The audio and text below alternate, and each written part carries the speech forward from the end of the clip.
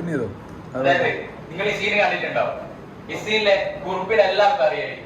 കുറുപ്പായിരിക്കും എനിക്ക് തോന്നുന്നത് ആദ്യമായിട്ട് ഈ അശാസ്ത്രീയമായ രീതികൾക്കെതിരെയും മറ്റും സമൂഹത്തിൽ നടക്കുന്ന അനാചാരങ്ങൾക്കെതിരെയും ശബ്ദമില്ലാണ്ട് പോരാടിയ ആദ്യത്തെ വ്യക്തി കുറുപ്പായിരിക്കും.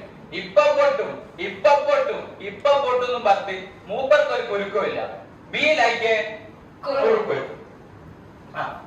അപ്പോ ഈ കുറുപ്പാണ് ഞാൻ പറഞ്ഞതുപോലെ തന്നെ അശാസ്ത്രീയമായ രീതികൾക്കെതിരെ ആദ്യമായിട്ട് പ്രതികരിച്ചതെന്ന് ഞാൻ പറഞ്ഞല്ലോ. നമ്മുടെ സമൂഹത്തിലും നാം അറിയാതെ പിന്തുടർന്നു വരുന്ന ഒരുപാട് അശാസ്ത്രീയമായ കാര്യങ്ങളുണ്ട്, അനാചാരങ്ങളുണ്ട്. അവയ്ക്കെതിരെയാണ് നമ്മൾ ഏറ്റവും കൂടുതലായിട്ട് പോരടിച്ചു വരേണ്ടത്. ശരിയാ, വളരെ ശരിയാ. സുഹൃത്തുക്കളെ, നിങ്ങളിത് കേൾക്കണം. കഴിഞ്ഞ ദിവസം ഒരു പനി വന്നതിന്റെ പേരില് നല്ലോണം ഈ തുളസിന്റെ ഇലയില്ലേ, തുളസിന്റെ ഇല ഇട്ടിട്ട് നല്ല വെള്ളം കാച്ചി കുടിച്ച ആളായി വർത്താനം പറയാം. പാരമ്പര്യമായിട്ട് ഫോളോ ചെയ്യുന്ന കാര്യം ഇവിടെ തന്നെ നമ്മളെ മിസ്റ്റേക്ക് തുടങ്ങുന്നേ. ഈ തുളസിന്റെ ഇല നമുക്ക് എല്ലാവർക്കും അറിയാം. ഒരു പനി വന്നാലോ ജലദോഷം വന്നാലോ നമ്മൾ യൂസ് ചെയ്യുന്ന സാധനമാണ് തോളസിന്റെ ഇല. പക്ഷേ ഈ തുളസിന്റെ ഇലയിലെ എല്ലാ കമ്പോണന്റും ഏതെല്ലാം നിങ്ങൾക്ക് അറിയോ? Mercury, eugenol. നമുക്കറിയാം ഒരളവിൽ കൂടുതൽ ഈ മെർക്കുറിയും ഈ യൂജിനോളും നമ്മുടെ ശരീരത്തിൽ എത്തിക്കഴിഞ്ഞാൽ ഷുവറാണ് ആള് മരിച്ചു. കൺഫേം ആണ്. കാരണം എന്താന്ന് വെച്ചാല് ഈ തുളസി ഇലയില് ഏതെങ്കിലും ഒരു കമ്പോണന്റ് ആയിരിക്കാം നമ്മൾ ആ രോഗത്തിനെ മാറ്റുന്നത്. പക്ഷെ ഈ തുളസി ഇലയിൽ ഒരുപാട് കമ്പോണന്റ് ഉണ്ട്. ആ കമ്പോണന്റുകളിൽ രണ്ടെണ്ണമാണ് ഈ മെർക്കുറിയും യൂജിനോളും. ഇവ നമ്മുടെ ശരീരത്തിലേക്ക് ഒരളവിൽ കൂടുതൽ എത്തിക്കഴിഞ്ഞാൽ ഷുവർ ആയിട്ടും ആള് മരിച്ചു. അതിലൊരു അപ്പീലും ഇല്ലാത്ത കാര്യമാണ്. അതുകൊണ്ട് തന്നെ അപ്പൊ നമ്മള് തുടർച്ചയായിട്ട് കേൾക്കുന്ന ഒരു കാര്യമാണ് നമുക്ക് ഈ പച്ചിലകൾ നാച്ചുറൽ ആയിട്ട് കിട്ടുന്ന എല്ലാ വസ്തുക്കളും നമുക്ക് ശരീരത്തിന് ഒരു പ്രോബ്ലം ഇല്ല. അതുകൊണ്ട് തന്നെ ആളുകളൊക്കെ ഈ മെഡിസിൻ ഭയങ്കര എതിരായിട്ട് നിൽക്കുന്ന ആളുകളുണ്ട്. ഈ മെഡിസിൻ എങ്ങനെയാണ് ഉണ്ടാക്കുന്നത്? മെഡിസിൻ പൂർണ്ണമായിട്ടും ഈ നമുക്ക് ഒരു രോഗം വന്നു കഴിഞ്ഞാൽ ആ രോഗത്തിന് എതിരെയായിട്ടുള്ള കമ്പോണന്റുകൾ മാത്രം വേർതിരിച്ചെടുത്താണ് നമ്മുടെ ഈ ഒരു മെഡിസിൻസ് ഉണ്ടാക്കുന്നത്. പക്ഷേ ഹൈ ക്വാളിറ്റിയിൽ മനുഷ്യന്റെ ശരീരത്തിന് ഉതകുന്ന രീതിയിലാണ് ആ കെമിക്കൽസ് അതുണ്ടാക്കുന്നത്. പക്ഷെ അതിനെ ആരും നോക്കുന്നില്ല. എല്ലാവരും നാച്ചുറൽ ആയിട്ട് എന്ത് കിട്ടുമോ അത് മതി. പ്രകൃതിയിൽ നിന്ന് കിട്ടുന്നതാണല്ലോ, നമുക്കൊരു പ്രശ്നമില്ല. അങ്ങനെ പ്രശ്നമില്ല എന്ന് പറഞ്ഞ ആൾക്കാരൊക്കെ അരളിയും അതുപോലത്തെ ഒക്കെ കഴിച്ച മരിച്ച വാർത്തകൾ നമ്മൾ ഒരുപാട് കേട്ടിട്ടുണ്ട്.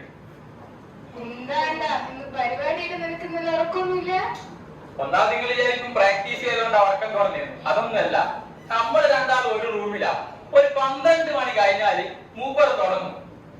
ടിൻഡു മോനെ, മിൻഡു മോളെ എന്ന് പറഞ്ഞ് മൂപ്പർ തുടങ്ങും. എന്നാ സംഭവം നിനക്കറിയാം? കാർട്ടൂണിന്റെ ഹാങ് ഓവർ എന്നല്ല, ഈ വിളിക്കുന്ന വിളിയും കൊഞ്ചലും കേട്ടാൽ തന്നെ അറിയാം എന്നാ സംഭവം. നിങ്ങൾ ഓരോടെ ചോദിച്ചു. അതെനിക്ക് വെച്ചാൽ ഭാവിയിൽ ഇരട്ട കുട്ടികൾ വേണമെന്നാണ് ആഗ്രഹം. അപ്പോ എന്റെ 2 കുട്ടികളെ പേരാണ് ടിൻഡുമോളും മിൻഡുമോളും. അപ്പോ പിന്നെ ഞാൻ എവിടെ ഇരട്ടപ്പഴം കിട്ടിയാലും പിന്നെ അവർക്ക് കൊണ്ടുപോയി കൊടുക്കും, അവിടെ കഴിക്കാൻ വേണ്ടി.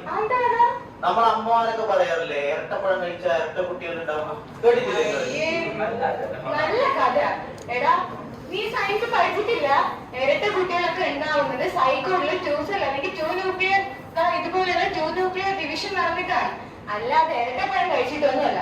അതുപോലെ അച്ഛനും അമ്മയോ അല്ലെങ്കിൽ കുടുംബത്തിൽ ആരെങ്കിലും ഇരട്ടകൾ ഉണ്ടെങ്കിൽ ആ കുട്ടി ഇരട്ടയാവാനും, അതായത് ട്വിൻ ബ്രദർ ഉണ്ട് അല്ലെങ്കിൽ സിസ്റ്റർ ഉണ്ടാവാനും ചാൻസ് ഉണ്ട്. ഇതൊക്കെ പ്യൂരിറ്റി ജീന്റെ കഴിവാണ്. അല്ലാതെ ഇരട്ടപ്പഴം കഴിച്ചു അങ്ങനെ ഈ ഇരിക്കുന്ന മിക്കുള്ളവർക്ക് സിംഗിൾ ചൈൽഡ് ഉണ്ടാ എല്ലാവരും ഒറ്റപ്പഴം കഴിച്ചല്ല. ആലോചിച്ചൂടെ നിനക്ക്? അപ്പൊ ഇതിലൊന്നും ശാസ്ത്രീയമായിട്ടുള്ള യാതൊരു രീതിയില്ല. അതുപോലെ തന്നെ കുട്ടികൾ ഉണ്ടാവാൻ ശയനപ്രതിഷ്ഠോ തൊട്ടിലേക്കൊക്കെ ഒന്നുമല്ല ആ ചെയ്യാനുള്ളത്. പ്രോപ്പർ ആയിട്ടുള്ള ട്രീറ്റ്മെന്റ് ആണ്. അതുപോലെ കുട്ടികൾ ആഗ്രഹിക്കുന്ന ആൾക്കാരാണെങ്കിൽ ആദ്യം ചെയ്യാനുള്ളത് ചികിത്സയാണ്. ആഗ്രഹം എന്ന് പറഞ്ഞപ്പോഴത്തേക്കാണ് എടാ നിനക്ക് ഇന്ന് എന്തെങ്കിലും ആഗ്രഹം ഉണ്ടെങ്കിൽ നീ പറഞ്ഞാൽ മതി. ഇന്ന് എല്ലാ ഗ്രഹങ്ങളും ഒരു വരിയിൽ വരുന്ന ദിവസമാണ്. ഒരു വരിയിൽ വന്ന് നിൽക്കും. എനിക്ക് ഒരുപാട് ആഗ്രഹമുണ്ട് പറയേ. അതിന് മുന്നേ ഞാൻ ഒരു കാര്യം പറയട്ടെ. ഈ എല്ലാ ഗ്രഹങ്ങളും ഒറ്റ വരിയിൽ നിൽക്കുമില്ലേ? ഞാൻ ചൊവ്വനോട് പറയണം എന്റെ കല്യാണം ഒന്ന് വേഗം നടത്തി തരും. ആ ചൊവ്വ ഒറ്റ എടുത്ത കാരണം ഇവളെ കല്യാണം മുടക്കുന്ന ഇവളെ അച്ഛൻ പറഞ്ഞു. എനക്കറിഞ്ഞൂടെ എന്ന സംഭവം. ഇതൊക്കെ തികച്ചും ഒരു വിഡിത്തല്ലേ കാർത്തിക? നമ്മൾ ഈ ഭൂമിയിൽ നിൽക്കുന്ന നമ്മളും സ്പേസിൽ നിൽക്കുന്ന ഗ്രഹങ്ങളും തമ്മിൽ എന്ത് ബന്ധം? തികച്ചും ഒരു അൺസൈന്റിഫിക് ആയിട്ടുള്ള കാര്യങ്ങളാണ് അല്ലേ സുഹൃത്തുക്കളെ? നിങ്ങൾക്ക് എന്താ തോന്നുന്നത്? ഈ ഭൂമിയിൽ നിൽക്കുന്ന നമ്മളായിട്ട് എത്രയോ ദൂരത്ത് നിൽക്കുന്ന സ്പേസിലുള്ള ഗ്രഹങ്ങൾ, ഈ ചൊവ്വ, കണ്ടക ശനി, ഗജകേശ്വരി യോഗം എന്നൊക്കെ പറഞ്ഞ് ഈ ജ്യോത്സ്യന്മാര് കുറെ പറയും. ഇതൊക്കെ തമ്മിൽ നമ്മളെന്താ ബന്ധമില്ലേ? തികച്ചും വിഡിത്തല്ലേ? ചിന്തിച്ചു നോക്കാവുന്ന കാര്യങ്ങളേ ഉള്ളൂ ഇതൊക്കെ. നീ അൺസൈന്റിഫിക് ആയിട്ടുള്ള ആരെയും ആലോചിച്ച് കെട്ടാതിരുന്നോ? തവണ വരെ കെട്ടി, എന്നിട്ട് നീ ശനി മഴ പെയ്യാൻ മഹാരാഷ്ട്രക്കാരിപ്പോ ചെയ്യുന്നെടുത്താ തവളെ പിടിച്ചാൽ കെട്ടിക്കും. തവളെ പിടിച്ചാൽ മഴ പെയ്യോ? സാധാരണ നമ്മൾ കേട്ടിട്ടുള്ളത് മോട്ടോർ സൈക്കിൾ വഴിയാണ് മഴ പെയ്യുന്നത്. ഭൂമിയിലുള്ള ജലാംശം എല്ലാം ബാഷ്പമായി മുകളിലേക്ക് പോകുന്നു. അവിടെ വെച്ച് കണ്ടെത്തി പിന്നെ തിരിച്ച് ഭൂമിയിലേക്ക് വരുന്നു. അല്ലാതെ ഈ കല്യാണം നടത്തി കല്യാണം പഴയണെങ്കിൽ അതിലേക്ക് തന്നെ എന്ത് ഒരു കണക്ഷൻ ആണുള്ളത്? പിന്നെ അതിട്ട് കുറെ അന്ധവിശ്വാസങ്ങളുണ്ട്. വരൾച്ച വരുന്നതും പ്രളയം വരുന്നതും കലികാലമാണ്, മറ്റേ ആരുടെയൊക്കെ അവതാരമാണെന്നൊക്കെ വേറൊരു തെറ്റിദ്ധാരണ മാത്രമാണ്. അങ്ങനെ ഒരു സാധനമേ ഇല്ല. അത് ശരിയാ. സയന്റിഫിക് ആയിട്ട് യാതൊരു വിധത്തിലുള്ള എവിഡൻസും ഇല്ലാണ്ട് കാര്യങ്ങൾ ഇങ്ങനെ പ്രചരിപ്പിച്ച് മനുഷ്യനെ നശിപ്പിക്കാനാണ് ഒരു വിഭാഗം ആൾക്കാർ ഇപ്പോൾ ശ്രമിച്ചുകൊണ്ടിരിക്കുന്നത്. അപ്പൊ എല്ലാരും കണ്ടെന്നെല്ലാം പറഞ്ഞിട്ടില്ലേ? ഒന്നും പറയാനില്ലല്ലോ. പറഞ്ഞില്ലേ? എന്നാലേ നമ്മളെ പരിപാടി പൊട്ടി തോന്നുട്ടോ. ജഡ്ജസിന്റെ ഓഡിയൻസിന്റെ മുഖത്തൊന്നും ഒരു ചിരിയോ ആരും ഒന്നും പറയുന്നൊന്നും കേൾക്കുന്നില്ല. എന്താണെന്നറിയില്ല. ഞാൻ രാവിലെ നടന്നു വരുമേ വിചാരിച്ചതാ. ആ കറുത്ത പൂച്ച എന്റെ മുന്നിൽ കൂടി തുള്ളിക്ക് ഈ പരിപാടി പൊട്ടി പണ്ടാലെന്ന് ഞാൻ വിചാരിച്ചതാ. രാമായണം വായിച്ചിട്ട് രാവണാരാൻ ചോദിക്കുമ്പോഴാണല്ലോ. അല്ല പിന്നെ ഈ ആശാനി അടുപ്പിലും ആവാന്നല്ലേ? നിന്റെ പ്രശ്നമല്ല, നിന്റെ കോർട്ടിസോളിന്റെ പ്രശ്നമാണ്. ഞാൻ ആവുന്നില്ല. ഈ കൊല്ലം ഞാൻ ഉദ്ദേശിച്ചതിന്റെ ഹോർമോണിന്റെ കാര്യമാ. അതായത് നമ്മുടെ ഹ്യൂമൻ ബോഡിയിൽ ഒരുപാട് ഇമോഷൻസ്, ആൻസൈറ്റി, പേടിയില്ല, അങ്ങനെയുള്ള പലതരത്തിലുള്ള ഇമോഷൻസ് തോന്നുന്നുള്ള റീസൺ ഹ്യൂമൻ ബോഡിക്ക് അത് നടക്കുന്ന അഡ്രിനാലിൻ, കോർട്ടിസോൾ എന്ന് പറയുന്ന ഹോർമോൺസിന്റെ ഒരു പ്രവർത്തനങ്ങൾ കാരണമാണ്. അല്ലാതെ നൂല് ജനിച്ചതുകൊണ്ടോ നാമം ജനിച്ചതുകൊണ്ടോ ഒന്നും മാറുന്നില്ല. അതൊക്കെ ജസ്റ്റ് നീ തെറ്റിരിക്കുന്ന. അപ്പൊ ആ പൈസ ഏത് പൈസ?